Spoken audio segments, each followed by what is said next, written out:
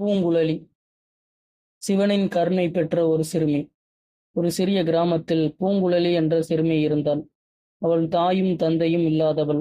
அவளை வளர்த்தது அந்த ஊரில் உள்ள ஒரு பழைய சிவன் கோவில் பூசாரி ஒருவர். தாயும் தந்தையுமாக இருந்தார். பூங்குழலியின் அன்றாட வாழ்க்கை சிவபெருமானுக்கு பூ உலவும், கோவில் சுத்தம் செய்யும் பணியும், நைவேத்தியம் எடுத்து செல்லும் பணிகளாகவே இருந்தது. அவள் மிகுந்த பக்தி கொண்டு ஓம் நமச்சிவாய என தினமும் 108 முறை ஜபித்தாள்.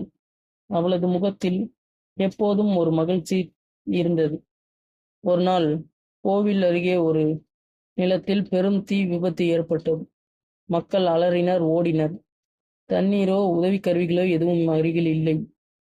தீ பரவி கோவிலுக்கும் ஆபத்தாக இருந்தது.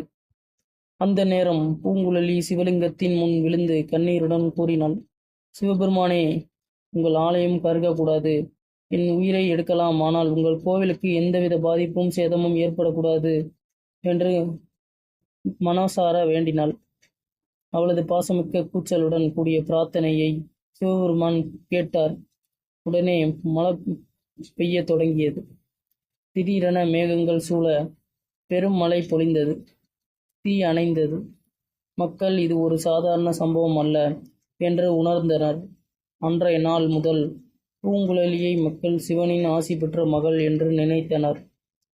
அவள் அன்பு, பக்தி, மரியாதை அனைத்தும் சிறந்ததாக இருந்ததால் இந்த ஊர் மக்கள் அனைவரும் அவளை மதிக்கத் தொடங்கினர். அர்ச்சகர் மறைந்த பிறகு பூங்குழலியே கோவில் வேலைகளை பார்த்தாள். மேலும் பல சிறிய குழந்தைகளை பக்தியில் வளர்த்தாள்.